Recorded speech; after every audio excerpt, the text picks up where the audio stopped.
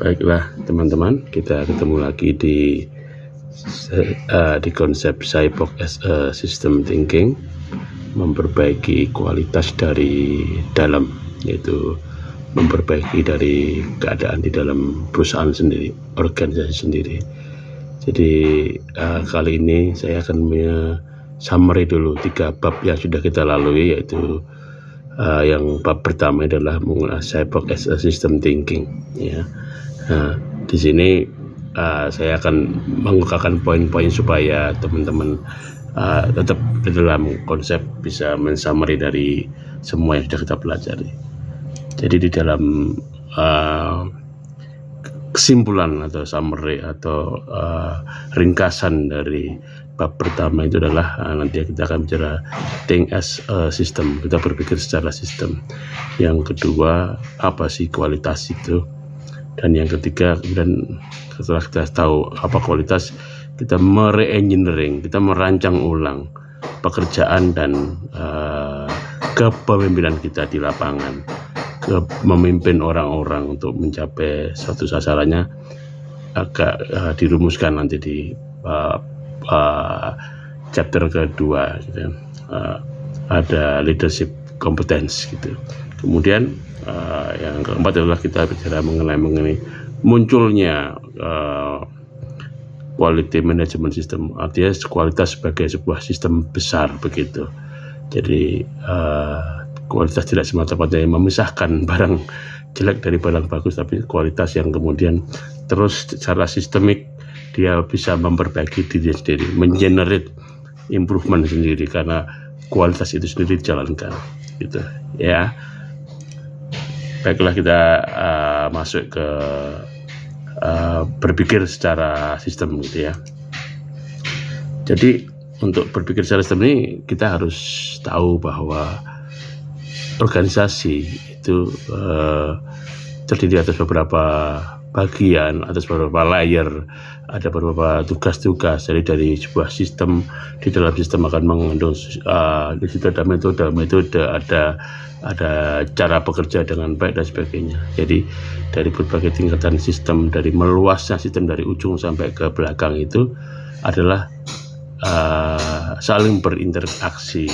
Jadi untuk berpikir seperti sistem ini ya jangan terlalu mengoversimplify, jadi menggampangkan segala sesuatu, karena pasti proses itu adalah sebuah rangkaian dari kompleksitas, gitu ya. Jadi tidak langsung dilihat sebagai sebuah potongan-potongan kecil yang mudah begitu. Maksud jangan oversimplify, jadi tidak digampangkan, dilihat secara nyata, gitu ya, secara apa sih yang terjadi. Jadi bahwa sistem itu adalah memang saling terkoneksi ya, antara dari depan sampai belakang, dari atas sampai bawah, bahkan dari satu perusahaan ke perusahaan yang lain, dari supplier, dari organisasi dan customer itu saling terkait, karena untuk mewujudkan sebuah hasil dari customer yang dari customer itu memang terkait customer sendiri seperti apa mintanya, kita sendiri kemampuannya seperti apa, kemudian supplier yang memasukkan barang-barang ke kita itu seperti apa kualitasnya.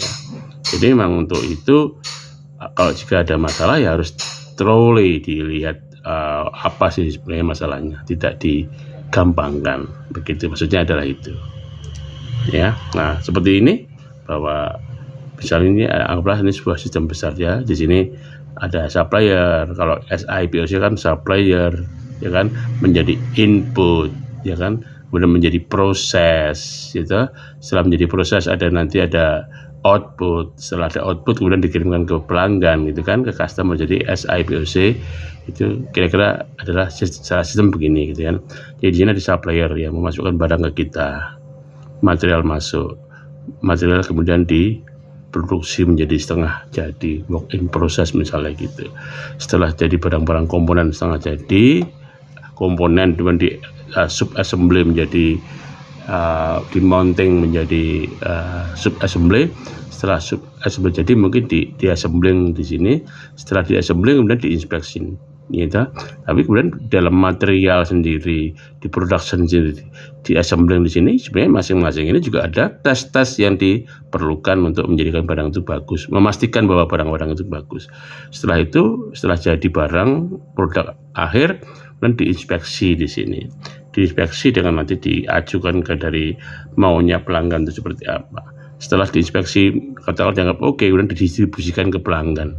Setelah sampai ke pelanggan, mungkin ini ada agen atau apa di middleman begitu, diserahkan ke agennya, baru setelah agen akan diterima oleh konsumer yang menggunakannya sesungguhnya gitu. Nah dari itu dari konsumer itu diriset lah oleh kita, kepuasannya di mana, kurangnya di mana. Setelah diriset ya kemudian kita harus feedback ke belakang, kita melakukan desain ulang, mendesain lagi yang lebih bagus atau mendesain sebagian desain ulang untuk kemudian memperbaiki. Oh mungkin materialnya kurang bagus, material suppliernya mungkin tidak bisa memenuhi karena dia nggak punya alat ini, nggak punya alat itu memastikan mutunya dan sebagainya. Produksinya dicek lagi, sebelum cek lagi, sehingga memang selalu kemudian ada feedback ini dilakukan desain atau redesign dari awal lagi, dan ini akan dilakukan tes sehingga terus begitu, terus dari mulai jalan lagi, dibikin lagi, diperbaiki terus, sehingga akhirnya nanti sistem ini bisa memperbaiki dirinya sendiri. Jadi kira-kira adalah gitu ya. Kemudian apa sih kualitas? Ya customer kan kita harus mulai dari customer viewpoint gitu. Jadi kita membuat apa yang customer itu inginkan gitu, bukan kita membuat apa yang kita mampu dan kita dorong-dorong supaya customer beli gitu. Customer in konsep gitu, bukan customer out konsep. Kalau in kan kita membuat apa yang customer mau, kalau customer out kan kita membuat yang kita bisa kita jual, syukur ada yang beli, kalau nggak beli ditawar-tawarkan, dipaksa-paksain orang beli dan sebagainya ya. Sehingga kita mulai dari customer viewpoint, maunya customer apa gitu kan. Kemudian kita pastikan output kita adalah sesuai dengan yang customer mau, bahwa customer akhirnya dari output kita, customer akhirnya menerima manfaat dari apa yang dia butuhkan gitu. Dia butuh, kita beri kebutuhannya itu, kita penuhi kebutuhan itu. Tentu untuk mencapai kebutuhan yang diinginkan oleh pelanggan, kita harus melihat dulu kemampuan kita. Kita harus mampu mendapatkan kemampuan atau capability untuk membuat barang-barang yang diharapkan sesuai dengan kemauan pelanggan, ya kan? Jadi kita membuat barang yang kan, ya pasti akan melihat mesin, manusianya, metodenya, alat ukurnya, ya kan? Kemudian metode, ya kan?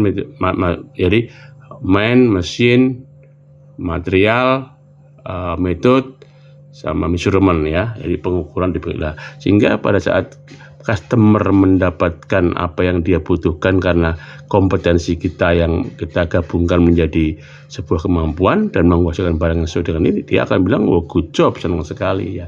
Good job inilah predikat kualitas yang kita jadi kualitas ya aku pandangnya simpel aja. Jadi pada saat kita bisa memenuhi harapan mereka sesuai apa yang dia mau, itu kita bisa penuhi, itulah good job. Nah, tapi good job ini juga akan terus meningkat. Dulunya segini oke, sekarang nggak naik, nggak apa, memang kemudian akan terus berjalan. Dan makanya kita tadi meriset terus, sehingga kita bisa memenuhi apa yang diharapkan dan dia akan bilang good job gitu. Tetapi mungkin juga sambil meriset adalah jangka panjangnya, kalau ada yang tidak bagus, kita meriset apa yang kurang bagus, kita perbaikin sistemnya kita untuk melihat barang yang bagus. Tapi sambil jangka ke depan, mungkin saat ini barang ini cukup seperti ini, tapi untuk next time future udah nggak cukup lagi, sehingga kita harus selalu meriset ini untuk masa depan seperti apa yang harus kita buat gitu ya. Itulah kualitas. Jadi kesesuaian dengan apa yang diharapkan mereka, itulah kualitas gitu. Jadi apakah mereka mendapatkan apa yang diinginkan, atau jangan-jangan dia nggak mendapatkan apa yang dia inginkan, kita malah mengasihkan yang lain gitu ya. Jadi apa yang dia inginkan kita berikan, atau apa yang dia inginkan kita nggak mampu berikan lah, kemudian kita mereview di situlah ya. Kemudian untuk mampu begitu ya, kita kemudian mere-engineering lagi pekerjaan itu sendiri, harus kita re-engineering terus. Jadi kita perbaiki supaya hasilnya jadi lebih bagus ya kan. Dan di dalam itu memang karena sistem itu besar dan terkait orang, mesin, dan material ya, benda mati dan benda hidup, ya memang leadership ini harus berjalan dengan baik, sehingga nanti ada kompetensi leader yang seperti apa sih. Leader yang tahu menggabungkan antara ini adalah variasi, berpikir sebagai sebuah sistem ya kan, kemudian bisa memahami mengapa orang itu bertindak laku seperti ini ya. Yang ketiga, keempat ya, bisa mengertilah kira-kira psikologis manusia itu seperti apa. Jadi memang menggabungkan 4 aspek inilah kemudian kita bisa mere-engineering pekerjaan dan leadership, ya. Kemudian untuk yang tadi itu kita bisa jelaskan di sini adalah bahwa pekerjaan itu complicated, rumit, tidak sesimpel yang kita lihat. Jadi kita harus melihatnya secara mendalam. Setiap ada masalah, kita lihat mendalam apa sih sumbernya. Jangan-jangan timbulnya di sini tapi penyebabnya di tempat yang lain gitu. Dan kedua, berikutnya pemahaman mengenai bahwa itu adalah ada variasi. Setiap piece barang itu selalu unik, tidak akan sama semuanya. Bahwa ketidaksamaan, ya kan, itu masih di dalam rentang yang bisa kita katakan sama. Barang dari ke 1 sampai ke N, mungkin N itu bisa ribuan, bisa jutaan, itu akan sangat berbeda, tidak akan sama. Cuman ketidaksamaannya atau perbedaan tadi masih di dalam rentang yang bisa kita katakan stable. Lah itulah makanya diperlukan di sini adalah statistik dan sebagainya. Ada statistik proses kontrol itu adalah memang ini udah bicara statistik di sini, ya. Kemudian untuk bisa memahami ini dengan baik, ya, re-engineering proses dengan baik, metode dengan baik, ya memang diperlukan leadership yang untuk bisa memimpin sistem itu dengan baik. Jadi kemampuan leader yang baru untuk bisa memimpin sistem dengan baik, ya. Sistem ya ada manusia, mesin dan sebagainya. Kemudian di konsep ini sudah mulai muncullah emergency of quality management, ya kan. Quality dikerjakan oleh banyak orang, ya. Mulailah muncul ada TQC, ada SQC, ada SPC. Di eranya Tuan Deming tahun 40-an itu mulailah muncul ini. Jadi Tuan Deming dipanggil ke Jepang untuk mengajari orang-orang Jepang. Kemudian Kaisar Jepang mengumpulkan para CEO perusahaan-perusahaan besar di Jepang, dikumpulkan di Auditorium Assembly Hall di pemerintahan, diajari oleh Tuan Deming, dan akhirnya mereka menguasai konsepnya Tuan Deming, dan akhirnya dilaksanakan dengan baik konsep-konsep itu. Akhirnya Jepang jadi merajai, bahkan pasarnya Amerika jadi sedikit, ya kan. Jadi mereka bilang kalau Jepang bisa, kenapa kita enggak lah. Muncullah akhirnya kemudian mereka juga mulai menggunakan total quality management. Jadi awalnya adalah dari konsep Tuan Deming ini Jepang menjadi merajai dunia mengenai produk-produknya, ya. Akhirnya kok Amerika sendiri kalah mengenai kualitas, sehingga pasarnya dia di dunia menjadi sedikit, menjadi mengecil karena semua pasar dikuasain oleh Jepang. Kamera, mobil, sepeda motor dan lain-lain, semua fotokopi dan sebagainya itu dikuasai Jepang. Elektronik, ya, akhirnya pasarnya mereka jadi sedikit, sehingga mereka marah tanda kutip karena yang ngajari adalah Tuan Deming dari Amerika, ngajari orang Jepang, tapi akhirnya sekarang Jepang merajahi pasar dunia. Itu yang terjadi, ya. Jadi itulah summary yang pertama, supaya hanya di Qs aja untuk melihatnya kembali, bisa nanti masuk ke bab-bab yang awal, ya. Video-video saya yang awal itu video 1 dan kedua itu summary dalam bentuk PowerPoint-nya, tapi kemudian video ketiga dan seterusnya sudah saya jelaskan dari bab 1, bab 2 dan bab 3 yang dibagi-bagi, dipecah-pecah dalam hal kecil supaya nggak panjang, dengan kata-kata, dengan narasi, supaya pemahamannya menjadi baik. Itulah untuk bab pertama. Terima kasih.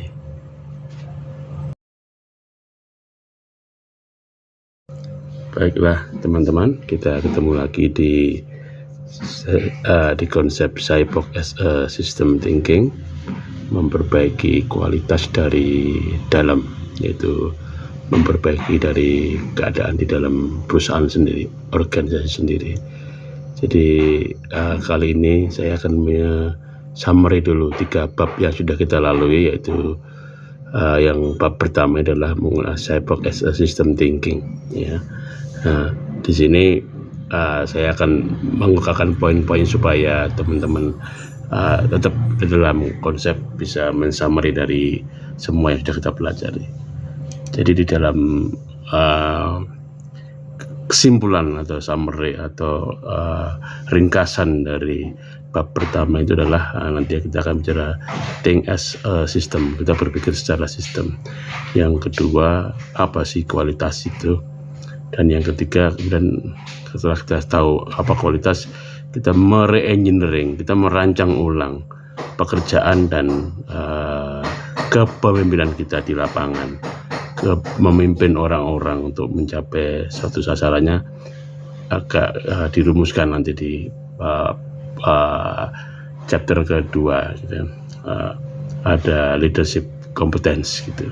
Kemudian yang keempat adalah kita bicara mengenai munculnya quality management system, artinya kualitas sebagai sebuah sistem besar begitu. Jadi kualitas tidak semata-mata memisahkan barang jelek dari barang bagus, tapi kualitas yang kemudian terus secara sistemik dia bisa memperbaiki diri sendiri, mengenerate improvement sendiri karena kualitas itu sendiri dijalankan gitu ya. Baiklah, kita masuk ke berpikir secara sistem gitu ya. Jadi untuk berpikir secara sistem ini kita harus tahu bahwa organisasi itu terdiri atas beberapa bagian, atas beberapa layer, ada beberapa tugas-tugas. Jadi dari sebuah sistem, di dalam sistem akan mengandung di situ ada metode, ada cara bekerja dengan baik dan sebagainya. Jadi dari berbagai tingkatan sistem, dari meluasnya sistem dari ujung sampai ke belakang itu adalah saling berinteraksi.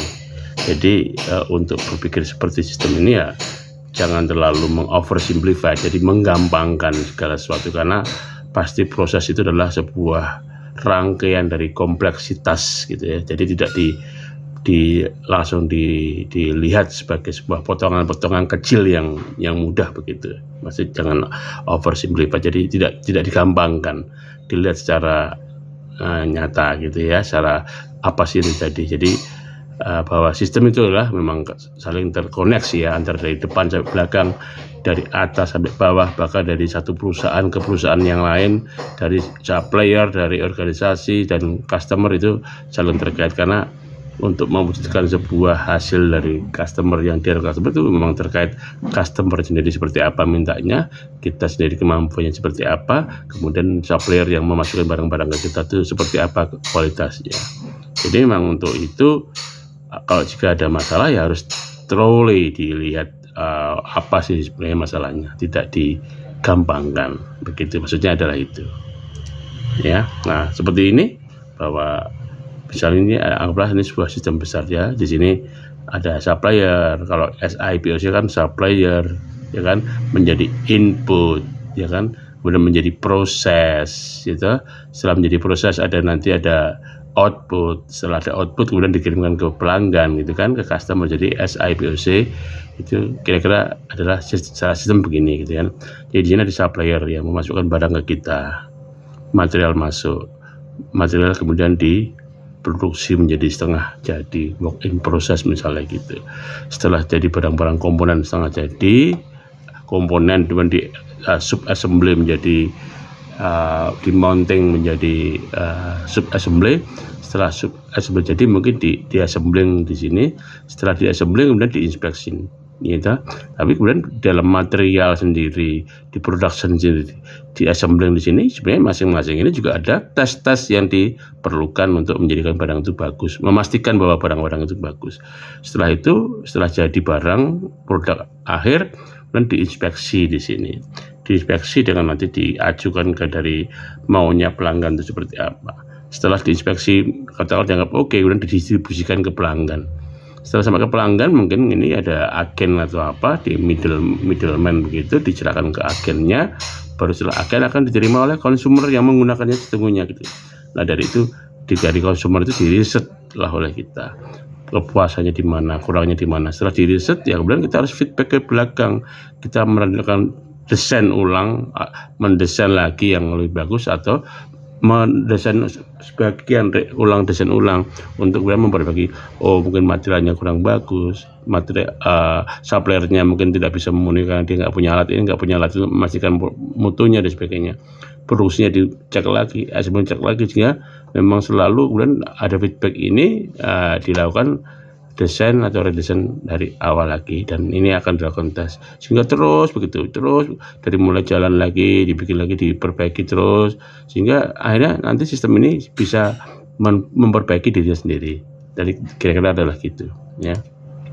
Kemudian apa sih kualitas? Ya customer kan kita harus mulai dari customer viewpoint gitu. Jadi kita membuat apa yang customer itu inginkan gitu, bukan kita membuat apa yang kita mampu dan kita dorong-dorong supaya customer beli gitu.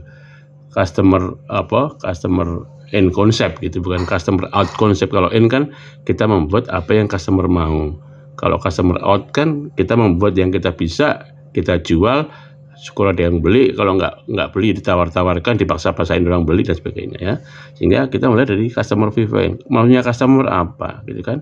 Kemudian kita pastikan output kita adalah sesuai dengan yang customer mau, bahwa customer akhirnya dari output kita, customer akhirnya menerima manfaat dari apa yang dia butuhkan gitu. Dia butuh, kita beri kebutuhannya itu, kita penuhi kebutuhan itu. Tentu untuk mencapai kebutuhan yang diinginkan oleh pelanggan, kita harus melihat dulu kemampuan kita. Kita harus mampu mendapatkan kemampuan atau capability untuk membuat barang-barang yang diharapkan sesuai dengan kemauan pelanggan, ya kan? Jadi kita membuat barang yang kan, ya pasti akan melihat mesin, manusianya, metodenya, alat ukurnya, ya kan? Kemudian metode, ya kan? Jadi mesin, material, metode, sama measurement ya. Jadi pengukuran diberilah, sehingga pada saat customer mendapatkan apa yang dia butuhkan karena kompetensi kita yang kita gabungkan menjadi sebuah kemampuan dan menghasilkan barang yang sesuai dengan ini, dia akan bilang, "Oh, good job, senang sekali ya."